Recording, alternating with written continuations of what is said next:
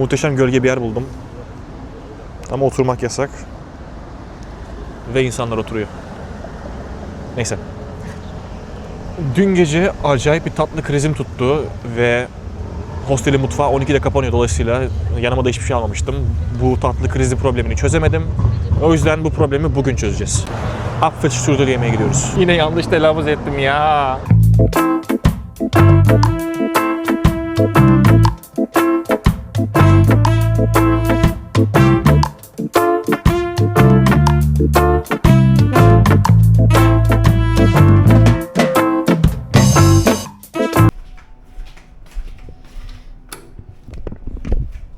Günaydın.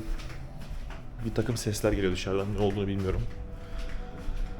Sanki böyle bir spor salonu şeyi gibi hissiyatı var.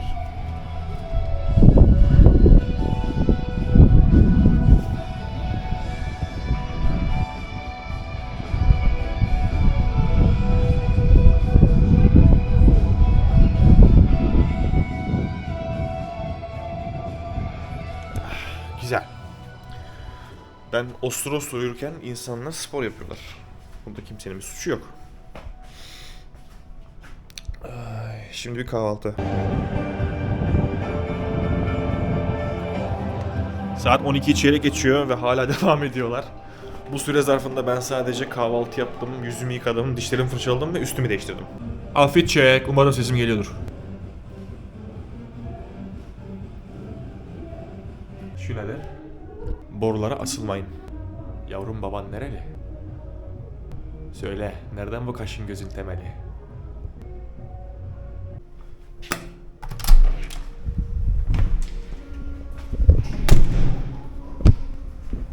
Hostel yönetiminden uyarı aldım. Bir daha yaparsam beni hostelden atacaklar. Ne yapayım, bu kadar güzel borularınız olmasaymış. Bugün yanlış trene binmekle alakalı bir problem yaşamayacağım. Çünkü çok dikkatliyim. Ayrıca ikinci gün falan isabetli yani.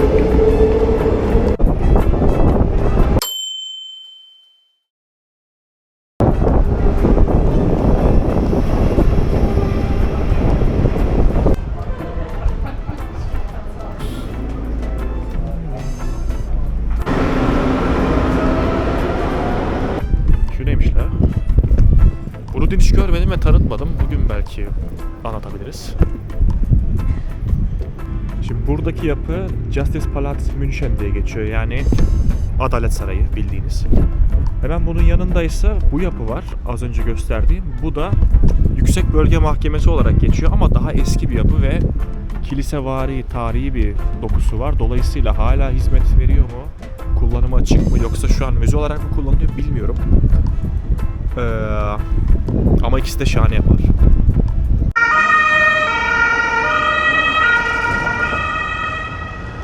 Allah acil şifa versin be ya.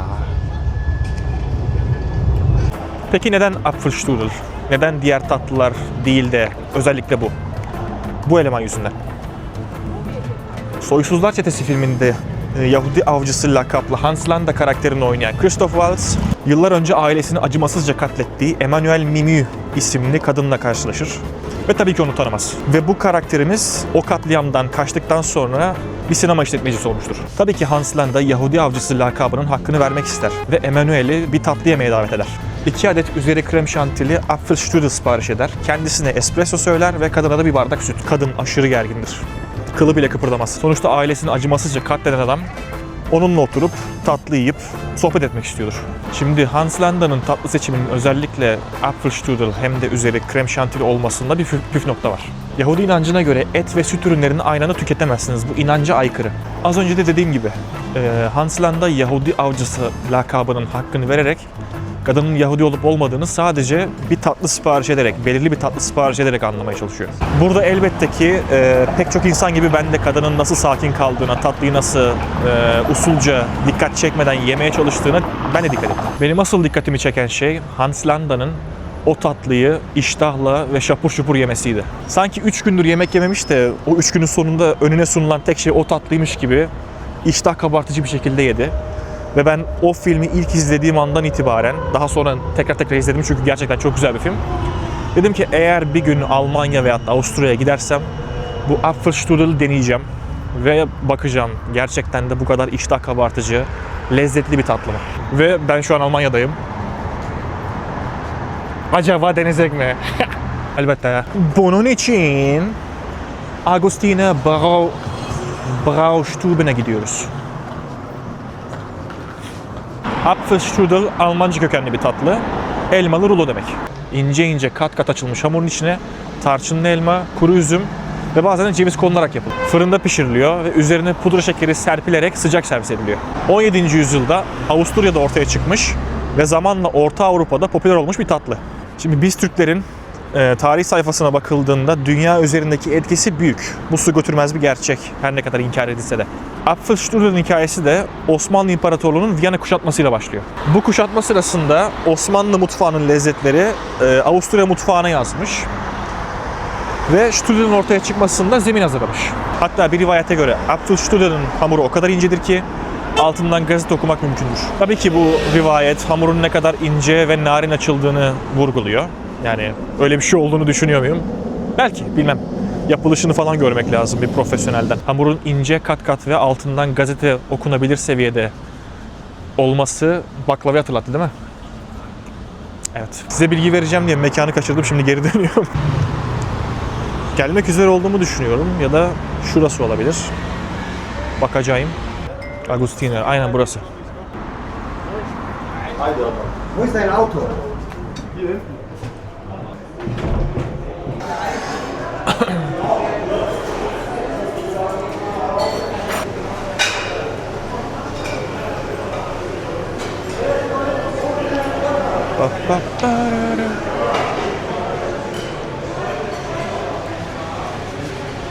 Hello.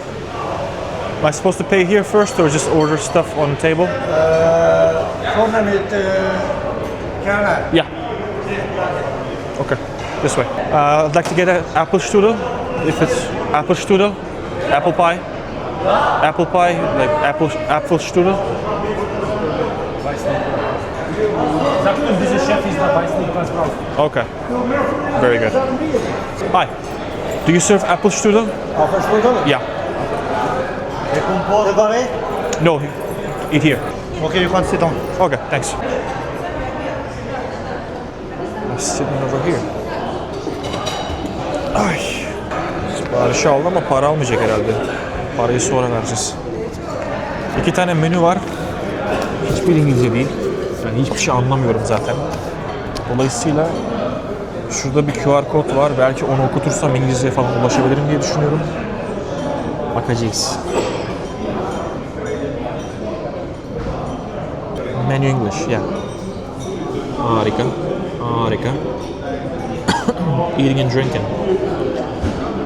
Burası şey zaten, farklı şeyler de servis ediyor. Mesela Bavarian Breakfast var. Sosis bildiğiniz yani. Ondan sonra taze pretzel var. Başka çorbalar var.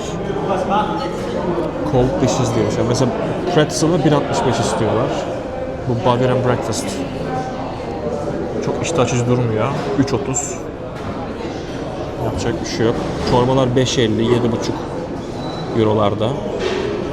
Ondan sonra salatalar 5.20. Başka ya çok fazla şey var. Roasted pork var mesela. Ondan sonra sausage plate var. Viennese deep fried chicken var. Mesela Viyana usulü kızarmış tavuk.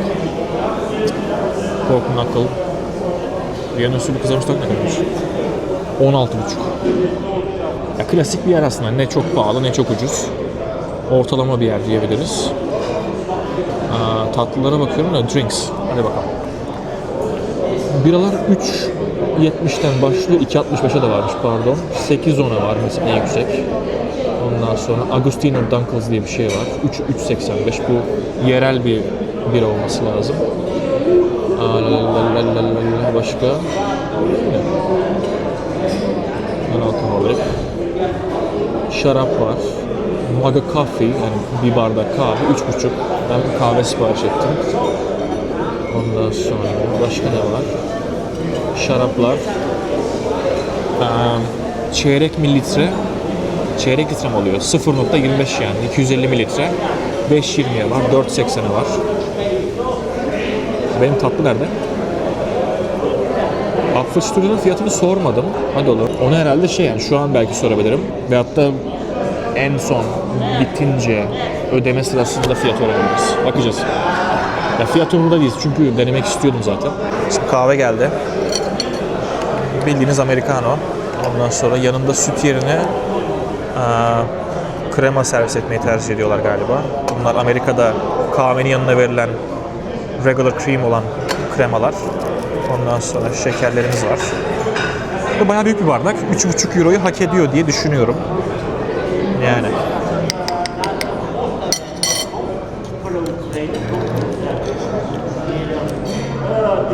Süt mü lan bu? Kafe sahne. Bunu bir çevirelim. Almancam asla yok. Almanca öğrenmek kolay olur falan diye düşünüyordum da bu arada. İngilizce ile benzerlikler olduğu için, aynı dil ailesine ait olduğu için asla değil. Asla benzemiyor yani. Şu an gördüğüm şeylerden hiçbir şey anlamıyorum. Sahne. Kahve kreması. Aynen. Az önce dediğim gibi hani süt falan değilmiş, direkt kremaymış. Ama aşırı sulu bir krema. Süt gibi yani. Acayip.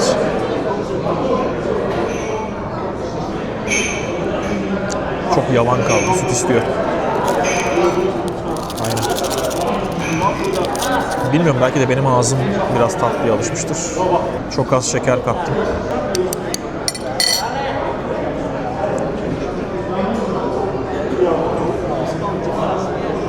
Daha güzel. Bunlar da bardak aldıkları biralar için. Güzelmiş. Agostino Stefan. Bunu ya fotoğrafını çekeceğim ya da bir tane hatıra alacağım yani. İlgimi çekti. Tatlı geldi. Buluştururun kendisi. Şurada galiba krema. Değil mi? Sıcakmış. Burada portakalın bir tanesi. Evet. Baştan söyleyeyim, bu video tamamen benim bu tatlıyı hayvan gibi yemem ve yorumlamamla alakalı. O yüzden canı çekecek olanın şu an videoyu kapatmasını tavsiye ederim. Şimdi nasıl yemem gerektiği hakkında en ufak bir fikrim yok ama şöyle herhalde bunu üzerine atacağız. Güzel bir servisleri var aslında. Sayılmaz. Sadece düz tabakta sağa sola taşmasından korkuyorum ama fazla dökmedim, sıkıntı çıkmaz diye düşünüyorum.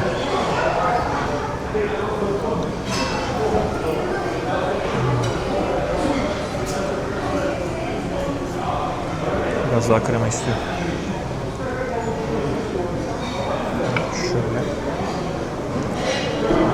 Güzel tatlı, sıcak tatlılara çok alışık değilim. Bu kadar sıcak tatlı yani. Akşam yemeği sıcaklığında geldi resmen. Tabii ki sıcak servis edildiğini biliyoruz. Portakal da ayrı güzel bir koku verdi yani. Tadı umarım güzeldi.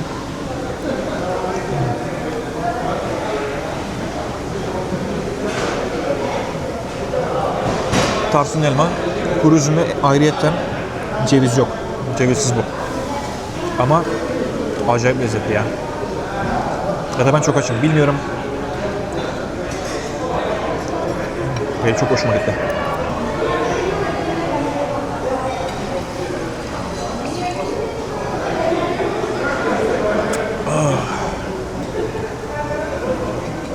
Bayağı güzel. Çatal biraz ufak, kimse hiçbir şey almıyor. Bunda problem yok. Bana ne? Bitirmek üzereyim zaten. Demek Hansland'da gerçekten de bu tatlıyı hunharca, iştah kabartıcı bir şekilde yemekte haklıymış. Lezzetli bir tatlı. Yani sade o kadar güzel olacağını düşünmüyorum. Zaten bu krema ve portakal ekstra bir tat veriyor yani.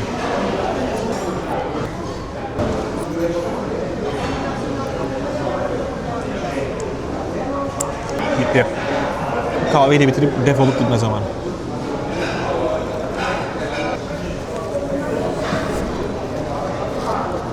Yani bir eksi bulamıyorum tatlıya. Gerçekten lezzetliydi. Gerçekten çok hoşuma gitti. Dediğim gibi sıcak servis edilen tatlılara çok alışık değilim. Bizim kutuda elbette ki sıcak servis edilen tatlılar var. Ama çoğunlukla ben baklavaydı, profiteroldü, eklerdi falan filan bunlara alışım. Çocukluğum bunlarla geçti diyebilirim yani. Tatlıya 10 üzerinden 10 vermek istiyorum. Mekanın servisi biraz dandikti. Ondan sonra yani ne geldi bu buraya, bu kim der gibi. Aslında klasik Avrupa servisi. Yani çok böyle bir Türk misafirperverliği aslında bekliyorum istemsizce, bilinçsiz olarak.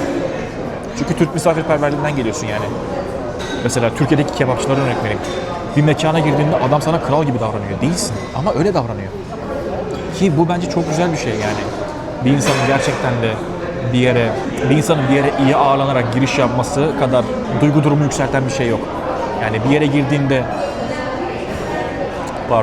girdiğinde bu kim lan, ne geldi bu buraya, ne geziyor bu burada der gibi bir servisle karşılaştığınız zaman zaten bütün duygu durumunuz düşüyor ve o mekanda dursam mı, durmasam mı, tatlı yesem mi, yemesem mi, ulan doğru şey mi yapıyorum buraya gelerek falan gibi düşünüyorsunuz ki en başında düşündüm. Yani adama, şuradaki elemana Apfelstrudel diyorum, var mı diyorum, bakıyor böyle suratıma. Şef orada, git onunla konuş diye böyle şöyle eli kolu böyle yapıyor, anladın mı? Bir mekanda hoşgörüyle karşılanmanız her şeyi daha da iyi hale getiriyor yani. İyi bir başlangıç devamının da daha iyi olmasını sağlıyor. Domino taşları gibi. Kelebek etkisi gibi diyebiliriz de. Kahve de bitti. Mekanın servisine şöyle bir 7 vereceğim ya. 7 vereceğim. Yani karşılama kötüydü ama kahve hızlı geldi. Elmalı turta hızlı geldi dolayısıyla ve lezzetliydi. Tatlıya o yüzden 10 veriyorum ama mekana 7. Sanki yemek eleştirmeni gibi. Hadi gidelim ya. Burada mı ödesem ya? Masada mı ödeniyor, şeyde mi ödeyeceğiz? Şöyle bir yapayım bakayım. Buraya baksana ya. Biri de gelmiyor ki bu tarafa.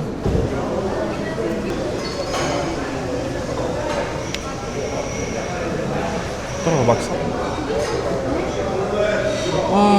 Şiştim ya. Hi, let's get the check. Card. Kasa. Card cash kasse. Kartla öderseniz kasadan. Kreditkart diyorlar. Yeah. Ama €11. Okay. And how much for the strudel by itself? How much for the strudel by itself? Und was mit Apfelstrudel, sagt er. The price of itself. The price of strudel. Strudel ist 7,95. Okay, lovely. Kaffee ist 3,50. Yeah, just curious, you know. That's okay. Thanks.